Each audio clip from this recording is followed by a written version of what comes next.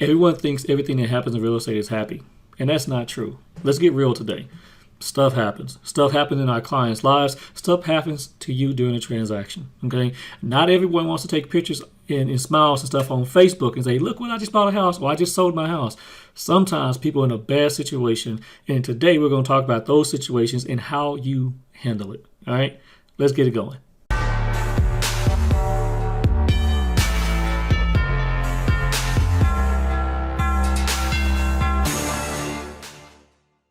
Hey guys, how you doing? It's Sascha Chatman here with Chatman Realty Group. I'm a real estate agent here in Fort Worth, talking to you today about stuff happens and when a deal goes bad and how you deal with adversity.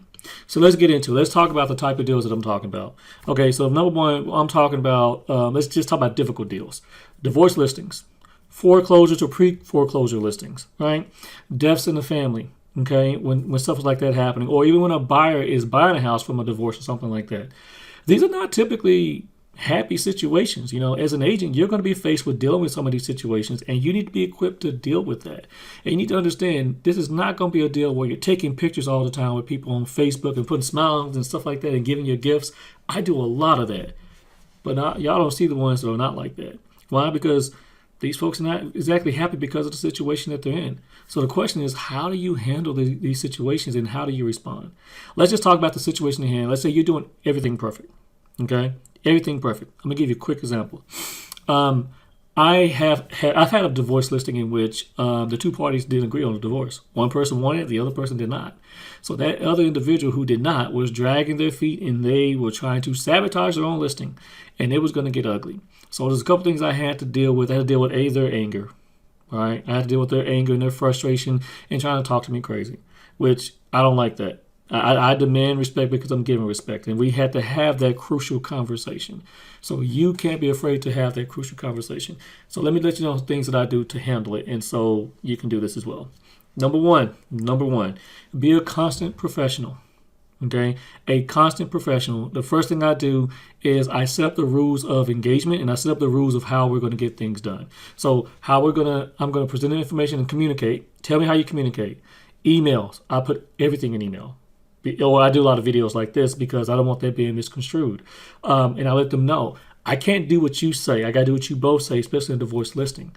Okay, so how decisions are going to be made is number two. Okay, and then number three is how I'm going to follow up with them. Once again, everything's back in email and writing, because in those situations, you don't want to have one side saying you're working for this person versus the other, because they will try to put you in the middle. And I just keep it very professional. Say, listen, I can't do what you want. I'm going to talk to, let's say, Bill, and give what Bill's going to say. I'm going to talk to you and see what you do. I'm going to put you guys on text messages, and I need y'all to respond. Do you agree with this decision or not? These are your options. How do you guys want to handle that? Once I have a decision, I can move forward. Number one, be a constant professional. Okay? Number two, let's say a different scenario. Let's say you do mess something up in a deal. Okay? You mess up. You're not perfect. Newsflash.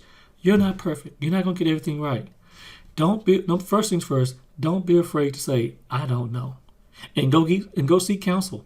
Go get somebody who can help you. Your broker should be helping you, okay? You should have a friend who's in real estate who's more experienced than you, a mentor or guide or someone to help you in every situation. It's okay to say, I don't know, but let me find out. There's number two. If you don't know, go find out. Our jobs, in my opinion, is to present options to our buyers and sellers and let them make the decisions. We don't make the decisions for them. I see a lot of new agents messing that up, trying to tell people that they don't want this and they don't want that. No, you need to stop that. Listen and advise.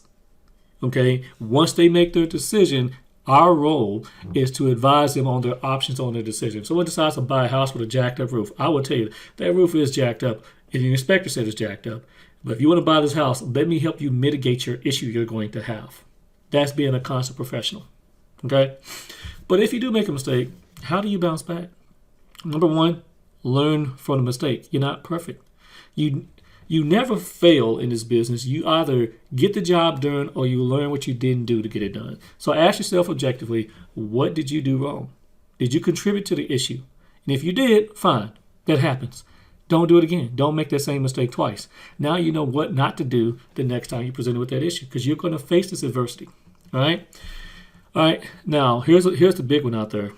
Um, Sometimes you're just gonna be working with some people they're just difficult to work with, but you need to understand the red flags. Okay, let's talk about them. Here's some red flags: anger issues, super controlling people who are angry at the world. You know them. You can identify that. A person who's angry, who decides to talk to you in a disrespectful tone and come at you differently. You set the terms of your relationship in the very beginning. So I don't show up late. I show up on time. I show up ahead of time. Okay, and I continue to communicate. But when I get someone who comes at me crazy, like, hey, pause. I'm going to talk to you with respect, and you're going to talk to me with respect. I demand that. I use that word demand. Okay, because I want them to be serious where I'm coming from. I demand respect because I'm going to always give you respect. Don't raise your voice at me. Don't come yelling. And when they say I can talk to you any kind of way, you got to know how to handle that. I know sometimes I'm like, oh, nah, homie. You ain't going to talk to me any kind of way. I can walk away from you. I don't need your business. I can pay my bills regardless. I have said that before, and I have walked away. But understand when people have anger issues, understand why are they angry, what's coming up with them. It's because they don't like the situation that they're in. Separate the two and just say, hey, man, I'm just here trying to facilitate what you're doing, what you're going through. I understand that you're frustrated. I get it, but I got to get these options in front of you. I need you to decide on how you want to move forward. If you don't decide, go back to the pain points and get scripting. If you don't decide it and move forward, what's going to happen? Make them walk this thing out logically. Okay? Number 2, big red flag, just with listening. When someone is trying to overprice their home. Right? Maybe they need as much money as they can possibly get, but when you have someone trying to go $20,000, $30,000, they're trying to make sure they don't sell their house. Just ask them point blank. You know, more than likely, this house is not going to sell at this price point, and if it does sell, it's not going to appraise. Understand that. If someone's pricing the home out of the point where it can be appraised, tell them straight up, I can put it out there, but it's not going to appraise. Is that what you want to go through? Do you really want to drag this out in this particular situation? Because that's exactly what you're going to go through. You're going to be frustrated. And I don't want to throw a bunch of marketing and money that I'm going to spend to try to sell your house when I know it's overpriced and it's not going to appraise. All right? If they're not being reasonable, super red flag right there. Okay?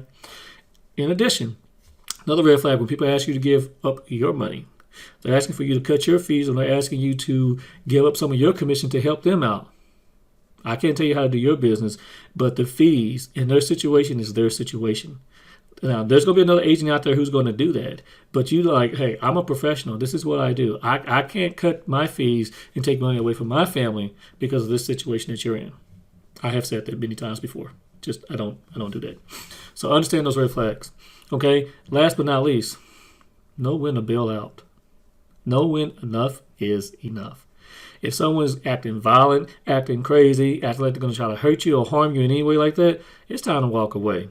You know, it's fight or flight mode. You know, not all money is good money. My grandmother told me that playing dominoes. All right. She taught me that lesson many times in dominoes too, by the way. Anyway, but most people try to stay in a bad situation with a deal because they're afraid they're going to lose money. So let me put it to you this way. You're not going to lose money. What you're going to gain is time and energy. All right? So anyway, guys, I hope this video was helpful, but I know someone needs to hear this message who's going through adversity in this industry. You're going to go through it. It's about how you learn from it, how you respond to it, and don't let that adversity control you. You've got to be a big boy and girl out there. Go out there and put your big boy pants on and get this thing going. Keep grinding and keep going. All right, guys, if you like this video, make sure you like and subscribe. And if you have any questions or comments, leave them down below. Peace.